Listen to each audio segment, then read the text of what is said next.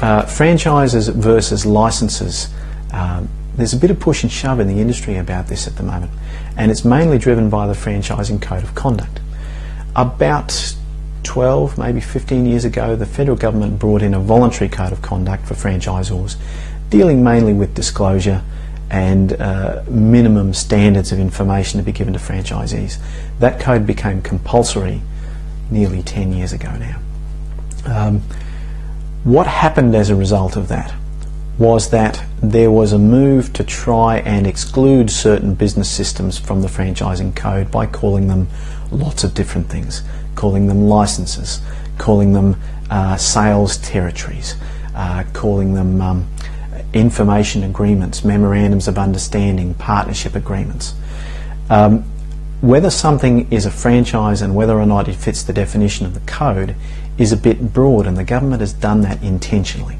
So broadly speaking, an arrangement that you might have, no matter what you call it, can be a franchise if someone is taking on a right to sell a product or use a system in a particular way and is paying someone else a royalty or a fee based on turnover for that purpose. So you can see that's pretty broad. Whether something's a license and is legitimately outside of the code, or whether something is a franchise, no matter what you call it, really depends upon how much flexibility the franchisee has. Can they conduct their business in any way that they like? Can they sell a product in any way? Can they conduct systems and procedures in any way that they like? Do they have much more freedom? Do they have ultimate freedom about what they do with the product? Or is that constrained by the franchisor? Does the franchisor have the right to control those things?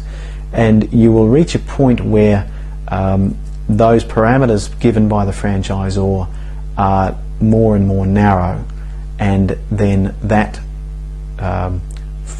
business system will be deemed to be a franchise, no matter what the documentation has on its cover.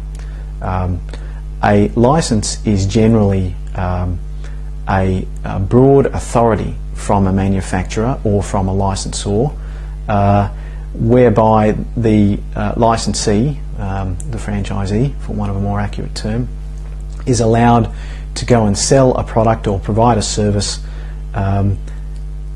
really in any way that he likes. It's one step up from being a commissioned sales rep with the ability to sell a product. There are a few more of the hallmarks of a franchise. There might in fact be a right to use a particular name that rings a bell or is connected to the product or the franchise. There might be a particular territory, but ultimately it's about the amount of control that the licensor or the franchisor has.